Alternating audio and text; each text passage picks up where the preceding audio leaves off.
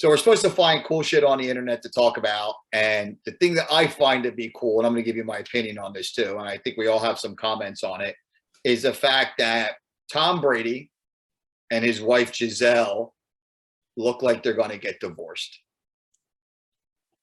And I think, I had some conversations with some people, including my wife, about this. And when you marry a guy like Tom Brady, whether you're Giselle or not, you know what you're marrying.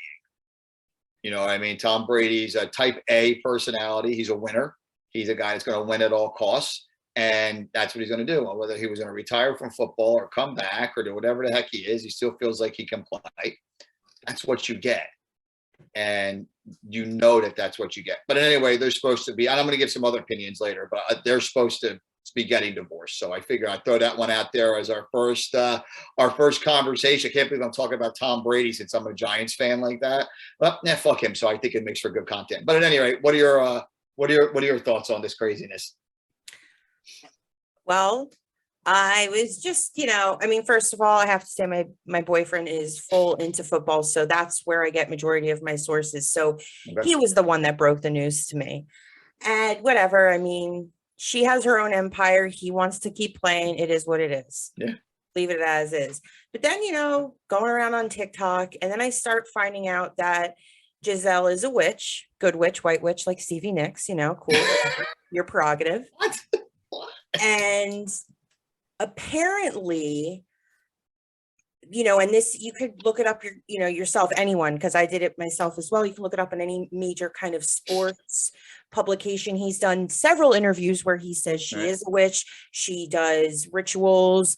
He has little altars to bring on the road with him. Even after the whole 2016 incident, he talked about it with her, and, or the 2016. And, and it's just funny now that it kind of looks like the life has been sucked out of him as all of this is perspiring. I just thought it was a funny take on it all. I can't believe you went there with that. The TikTok. Is that how he avoids injury? By praying to witches? Not praying, practicing rituals. Sorry.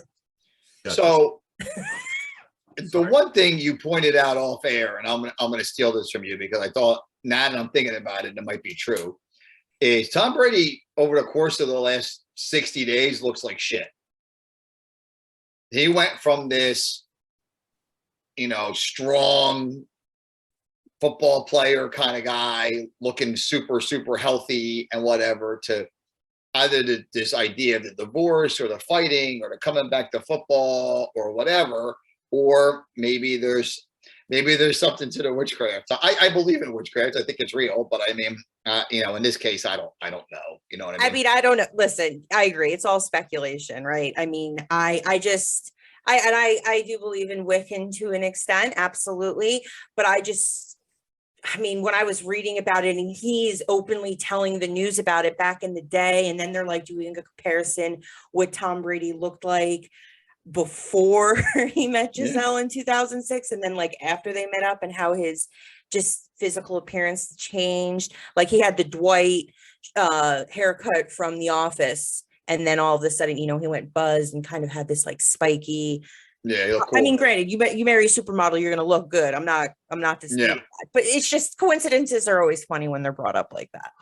See, she had an empire. She has an empire. She was the most successful supermodel, whatever, of all time, or however you want to say it, right? Yeah. And I guess that was in the 2000s or whatever. Mm-hmm. I don't know the supermodel market too well, but that's one thing. Then he develops an empire, and he's Tom Brady, becomes one of the most successful NFL stars of all time. So you have these two worlds next to, and somebody's got to sacrifice something somewhere. So I guess she decides to sacrifice for the kids, to raise the kids, or whatever, while Tom's on the road.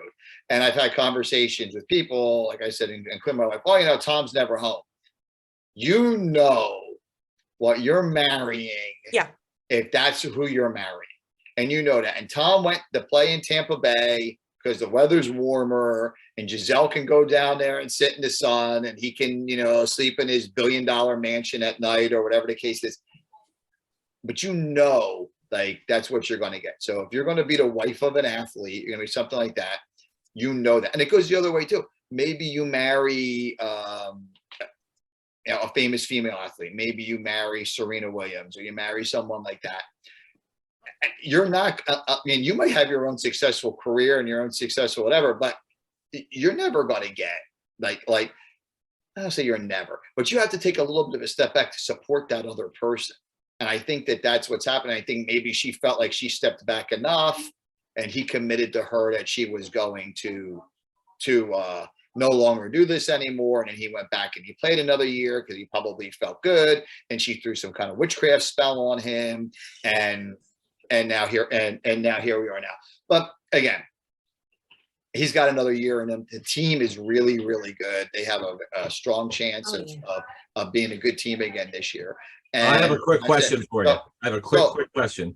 It's ridiculous. Look, that is the house they're renting. Jesus. Right?